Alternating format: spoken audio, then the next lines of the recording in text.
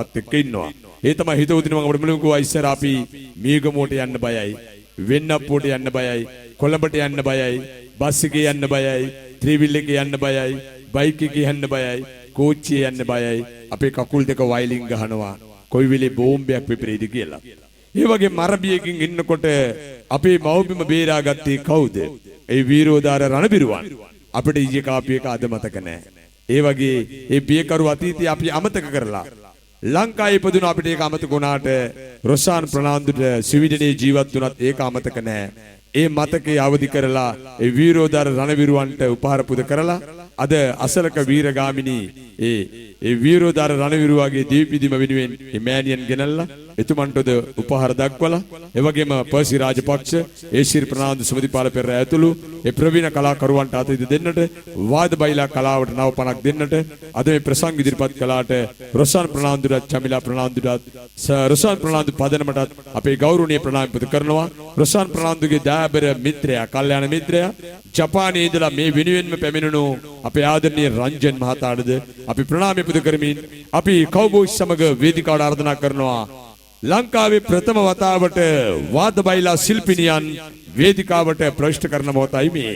එහෙමනම් විදෝදිනි අපි වාද බයිලා අසා තිබෙන්නේ කලාකරුවන්ගෙන් පමණයි. එමනම් කලා ශිල්පිනියන්ගෙන් වාද බයිලා රසය අත්විඳින මොහොතයි මේ. අපි ආරාධනා කරමු ලංකාවේ ප්‍රථම වතාවට හෙළ වාද බයිලා කලා ආයතනයේ බිහි කළ පර්සි රාජපක්ෂයන්ගේ ගුරුහරුකම් ඇතුව වාද බයිලා කලාවට ප්‍රවිෂ්ඨ වූ ඒ ආදරණීය කලා ශිල්පිනියන් අපි වේදිකාවට ආරාධනා කරමු.